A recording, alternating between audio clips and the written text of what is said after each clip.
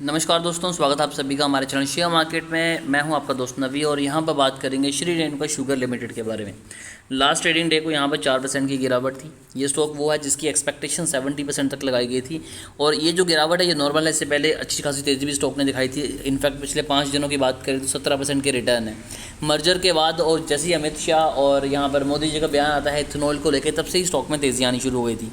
Reason क्या है मैं बताता हूँ। पिछले 5 दिनों की एक मंथ की बात करें तो 24% के रिटर्न है। 6 मंथ में 64% के रिटर्न है। पिछले एक साल में स्टॉक ने 101% के रिटर्न दिए हैं। और अगर मैक्स चार्ट आप यहाँ पर देखें तो स्टॉक से वापस से 2020 के बाद से बुलिश हमें नज़र आ रहा है। देखिए, शुगर स्टॉक्स को हमेशा ये कहा गया है कि ये वेल्थ क्रिएटर साबित नहीं हुए हैं। मैक्स चार्ट देखेंगे तो चीज़ आपको क्लियर हो जाती है कि स्टॉक की शुरुआत 13 रुपये से हुई थी और 2006 में 76 रुपये के आसपास जाने के बाद से स्टॉक ने गिरावट दिखाता गया। उतार चढ़ाव के बाद 2010 में 120 रुपये के लेवल तक गया, फिर यहाँ पर लगातार गिरावट ही हुई। इनफैक्ट अगर बात करें कि 2017 से लेके 2010 से लेके यहाँ पर 2020 तक जब इथेनॉल की बात नहीं हुई थी तो 95% तक की अपनी ऑल टाइम हाई से स्टॉक नेगेटिव रिटर्न आपको दे चुका है। उसके बाद से अब तेज़ी का माहौल हमें दिखाई दे रहा है। कुछ चीज़ें हैं जो आपको ध्यान में रखनी चाहिए कि मोदी जी ने कहा हम जो इथेनॉल की ब्लेंडिंग है 2030 तक करेंगे। उसे 20% की इन्होंने ब्लेंडिंग करनी थी, उसे अब घटाकर 2025 कर दिया गया है। रीज़न क्या है ये 5 साल घटाने का? क्योंकि ब्लेंडिंग आराम से हो रही है, डिमांड के साथ साथ जो प्रोडक्शन है वो अल्टीमेट हो रही है। अब इथेनॉल की अगर हम अपनी पेट्रोल में करेंगे, मिलावट करेंगे, ब्लेंडिंग करेंगे तो उससे क्या होगा? उससे कुछ चीज़ें होंगी। ब्राज़ील की बात करें तो वो अपने पेट्रोल में 30% तक इथेनॉल ब्लेंड करता है। यूएसए की बात करें तो वो 40% तक करता है और हम अराउंड 10-15 तक घूम रहे हैं अभी भी, उससे ऊपर नहीं गए, हम 10 से ऊपर नहीं गए। रीज़न क्या है यहाँ पर? सिंपल सा रीज़न ये है कि जब भी कोई कंट्री है तो उनके पास एक फॉरेन रिजर्व होता है, एक पैसा होता है जिससे वो फॉरेन से ट्रेड करते हैं। तो यहाँ पर जो हमारे पास फॉरेन रिजर्व है जब वो कम होगा तो ऑब्वियस है कि जो डॉलर का प्राइस है वो हाई होगा और हमारे देश की इकोनॉमी पे असर पड़ेगा। लेकिन हमारा जो सबसे ज़्यादा पैसा है वो सऊदी कंट्रीज़ में जाता है। रीज़न क्या है वहाँ पर अरब कंट्रीज़ में जाने का? उनसे हम पेट्रोल लेते हैं, क्रूड ऑयल लेते हैं, उनसे हम जो रॉ पेट्रोल है वो लेते हैं, उन्हें रिफाइनरीज करके प्रोड्यूस करके हम अपनी कंट्री में सेल करते हैं। लेकिन अगर हमारी एथेनॉल की ब्लेंडिंग होगी तो मान लीजिए अगर हम 100 रुपये का तेल ले रहे हैं, उसमें एथेनॉल ब्लेंड करेंगे 40%, तो खर्चा हमारा कितना आया?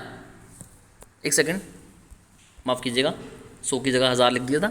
100 रुपये का हम यहाँ पर पेट्रोल ले रहे हैं, उसमें से अगर 40% हम इथेनॉल लगा रहे हैं और 1 रुपये का 1 रुपये से 100 रुपये का पेट्रोल है तो पेट्रोल हमारा अगर 40% की इथेनॉल कर रहे हैं तो सिर्फ 60 रुपये ही हमें खर्च करने पड़ेंगे।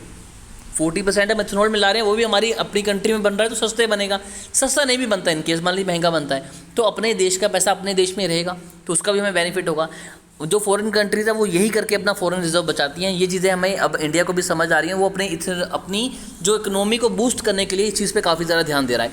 ना सिर्फ यहाँ पर बात करें मोदी जी की तो अमित शाह और हमारे जो नितिन गडकरी जी हैं, रेल जितने विकास मंत्री हैं और भी जितने भी बड़े बड़े मंत्री को ले सकते हैं, जिन उनके अगर बयान सुने तो वो हमेशा इस चीज़ को बूस्ट कर रहे हैं कि अपनी जो कार्स हैं उन्हें चेंज कीजिए। और साथ ही साथ इनफैक्ट नितिन गडकरी जी ने तो यहाँ तक कह दिया था, जो हमारी मैन्युफैक्चर करती हैं कार्स, उन कंपनीज को कहा कि आप फ्लैक्स फ्यूल वाले इंजन डेवलप करें जिनमें ऐसी टेक्नोलॉजी हो कि अगर हम इथेनॉल को ज़्यादा भी ब्लेंड करें तब भी उनमें कोई प्रॉब्लम ना आए। तो इन सभी चीज़ों को कंसीडर करके चलें तो डेफिनेटली अगर श्री रेणुका शुगर में बहुत ज़्यादा पोटेंशियल है। इन्होंने अपनी इथेनॉल की कैपेसिटी को पहले 720 से बढ़ाकर 1400 किया था, अब 1400 बढ़ा के इसे और इंक्रीज़ करने की बात करें और इनके टारगेट है कि हमने 2027 तक इसे बढ़ा के 2000 से प्लस कर देंगे, 2000 लीटर पर डे। तो इस हिसाब से किलोलीटर पर डे के हिसाब से चलें तो आप आइडिया लगा सकते हैं कि कितने बड़े पैमाने पर ये चीज़ें हो रही हैं। तो डेफिनेटली यहाँ पर होल्डिंग बना के रखिए, बहुत ज़्यादा प्रॉफिट आपको आने वाले टाइम में दिखाई देगा। फिर भी अगर आपकी कोई क्वेरी है तो कमेंट कीजिए, हमारी कोशिश होगी कि आपको एक अच्छी एडवाइस दें। अभी के लिए दोस्तों इतना ही।